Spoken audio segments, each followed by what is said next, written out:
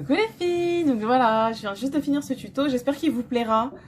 Ça a été assez difficile à tourner, je vous cache pas. Je vous montre comment faire pour avoir ce superbe look. Donc je suis prête à aller tourner un clip là. Je sais pas où et avec qui. Rihanna s'il te plaît, je veux bien être sur ta liste.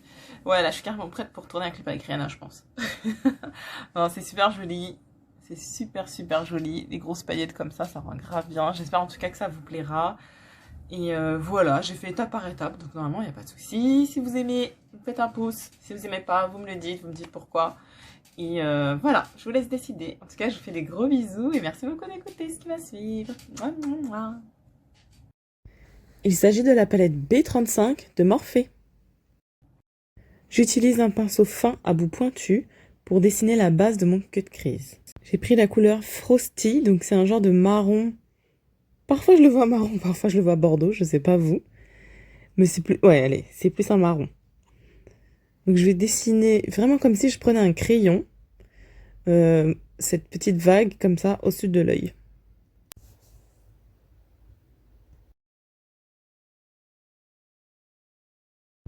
J'hésite pas à aller rechercher de la couleur de temps en temps pour vraiment avoir un effet assez foncé et pour pas qu'il soit trop flouté. Donc une fois que j'ai bien dessiné ma vague, je change de pinceau. Donc ça c'est un pinceau de chez Naked que j'ai récupéré dans une des palettes. Et j'applique maintenant la couleur rouge qui s'appelle Chicory. Je vais passer par-dessus le marron. En premier lieu, je tapote d'abord le pinceau pour faire rentrer la matière. Et ensuite, d'une main légère, je vais comme un peu diffuser la couleur vers le haut. Maintenant, je prends un pinceau estompeur et je récupère mon rose donc, qui s'appelle Bikini. Et avec ce rose, je vais faire des cercles et je vais comme monter le dégradé vers le haut. Je prends un nouveau pinceau et la couleur blanche qui s'appelle Shark de ma palette et je la passe sous le sourcil et à la base de mon sourcil. À nouveau, avec mon pinceau fin pointu, je prends la couleur foncée du tout début, donc Frosty, et je recommence les mêmes étapes. Je redessine la base de ma vague et je vais essayer de ne pas aller trop haut surtout. Je reprends à nouveau mon pinceau estompeur et je reprends le rouge, donc le chicory, juste un peu, et je vais flouter en faisant des cercles notamment, et très important, je le fais d'une main légère. Ensuite, avec le même pinceau, je prends un peu de rose et je passe par-dessus pour flouter le rouge et le rose ensemble.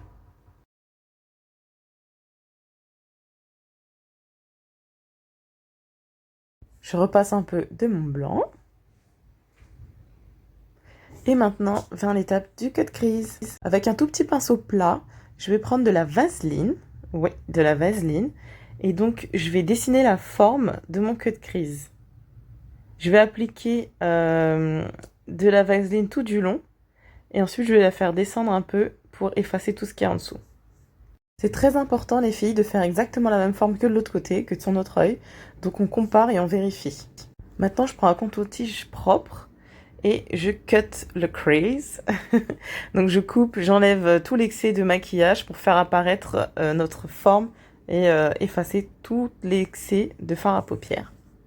En faisant ça, on récupère vraiment très bien tout le fard à paupières non désirable et ça nous permet de vraiment contrôler la forme que l'on souhaite donner. Une fois que l'on a récupéré toute la vaseline et que la paupière mobile est bien propre, on peut remettre à nouveau de la base à paupières blanche en utilisant un pinceau plat qui va nous permettre d'être très précise.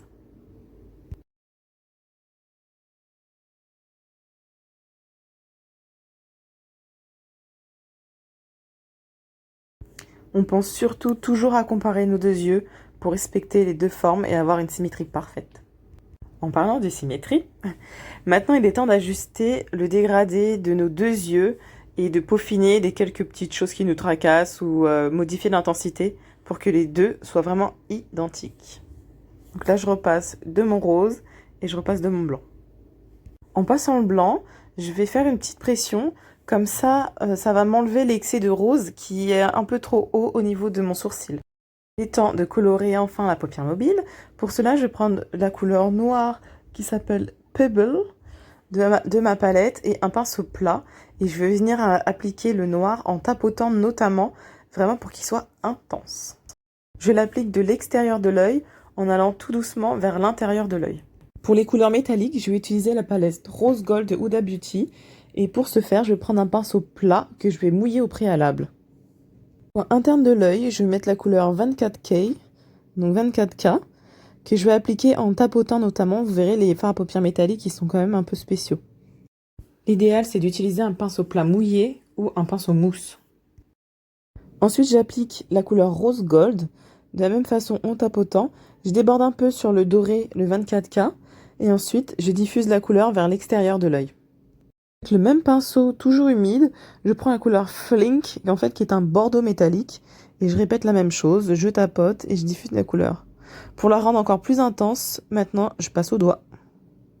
J'applique en tapotant vraiment pour diffuser, pour dégrader la couleur à l'intérieur.